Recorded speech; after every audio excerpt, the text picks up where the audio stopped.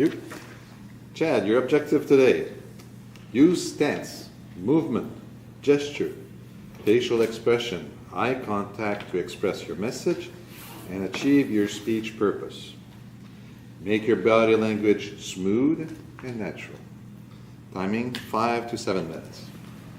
Mr. Speaker. Chad has an interest in perception from the moment he first visited the Casey Kitchen at the Science and Tech Museum in the late 60s. Ever since, he has tried to live by the motto, don't believe everything you think. To present his Toastmaster Project number 5, Your Body Speaks, please welcome Chad with Perception.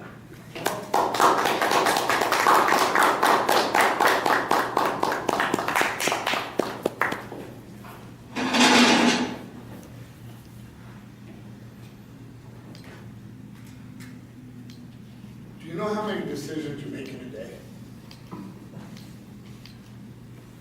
Or what percentage of those decisions are made subconsciously? You know, what affects those decisions? 5,000? Mr. Toastmaster, fellow Toastmasters and honored guest, I've come to accept that I make most of my decisions subconsciously. And my subconscious decisions are generally decided by my misperception, my warped perception of what's going on. So if I can get you all to kind of hold your arm out with your thumb up and look at your thumbnail. Scientific evidence is in, that's all we really see when we look. Just the amount of information on the thumbnail. The rest is filled in by our mind. And that's influenced by the evidence that we're receiving. We're getting that already with seeing the thumb. It's influenced by our emotions at the time. And it's also affected by our past experiences.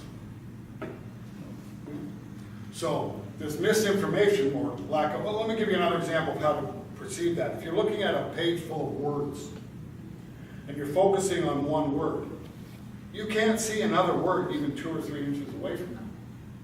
And I don't know how well you can see this, and maybe if I come a little closer it will help out. But if you look at my eyes, I can do something with my eyes that's a little different. I can focus them individually. I can look over there, I can bring one over there, and put it over there. Weird. I still can't see another word in another place. In fact, when I do that, it gets rather blurry what I'm looking at. So that really affects what we think we're seeing all sorts of stuff, and in fact we're not. Now, one of the other things that I said that really affects how we do it, not just this warped perception of the information we're getting, one of them is emotions. And several years ago, I was going through a major life crisis, and I was seeking help from wherever I could get it. And this one gentleman who lived near where I lived in Stittsville picked me up in Stittsville and took me to a meeting in Orleans with other people who were suffering from the same kind of thing. And on the way back from that meeting in Orleans, we were sitting in his truck. And I remember it this way. I asked him, will you be my sponsor? Now, that's what I remember. To this day, that's how I remember it. And I felt like a 6-year-old boy. I can still vividly remember the plane was being built, so you know how many years ago that was. Now, anybody who's known me for 10 minutes or more knows that that's probably not how I reacted. In fact, a couple of years after the fact, that gentleman said to me that I, in a rather pretentious manner, looked at my watch and said, I got a couple hours free on Tuesdays. Do you want to get together? Now, a little bit of a stretch. I was unemployed and unemployable at the time. So a couple hours free on Tuesday. Well, I had 24 hours free Tuesday and all the other days of the week. But my memory is of that little 6-year-old boy sitting in a chair. And that's how I remember it.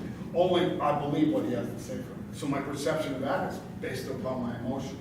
So I've got the actual information that I'm receiving, the evidence that I'm getting with my thumbnail, or the book page, or the word in the page, or my emotions.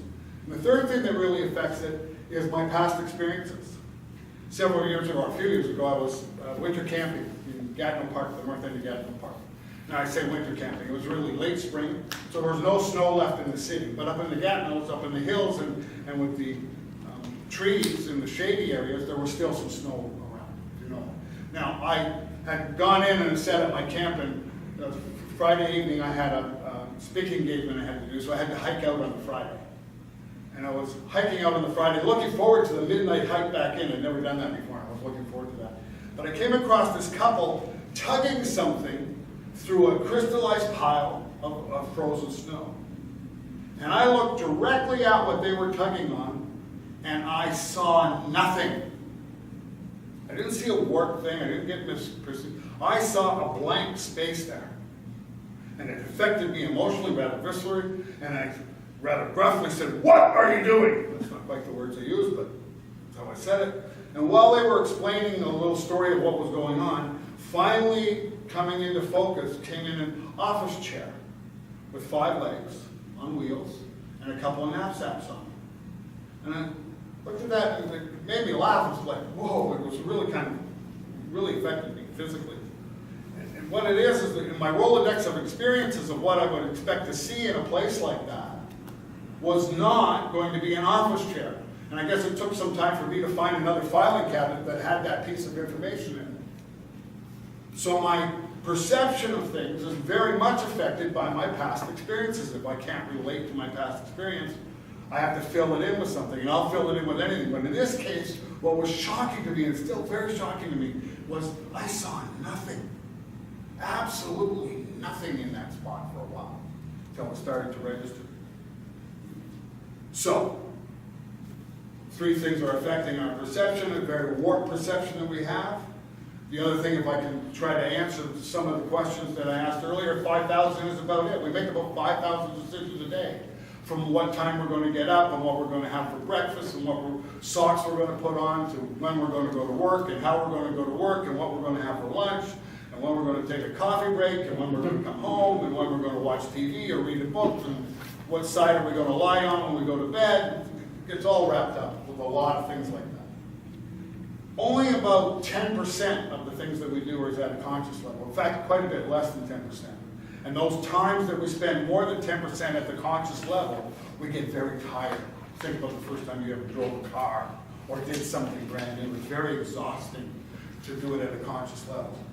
So what I'm totally convinced of is that the conscious mind is really just a PR job by the subconscious mind to convince us that we're in control.